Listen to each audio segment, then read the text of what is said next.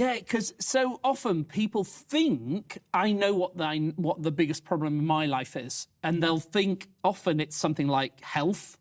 That's the number one problem. I need God to fix that in my life. Or wealth, health, wealth, treasure, pleasure.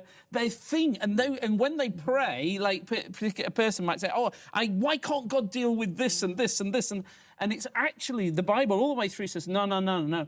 None of those things are your real problem. Sin, like you were saying, sin is what separates us from the living God. It's there at the very beginning of the Bible. Yeah. Why has everything gone wrong in the world?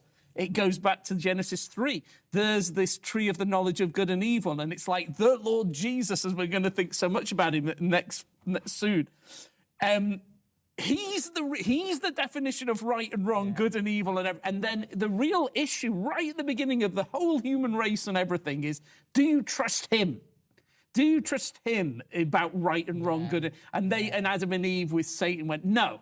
We're going to go our own way. And that's what sin is, breaking the laws of God or falling short of his glory, or all these different ways it's described. But when we do that, sin separates us from God. Or like in Genesis, exiled, kicked out, exiled, cut off from the life of God.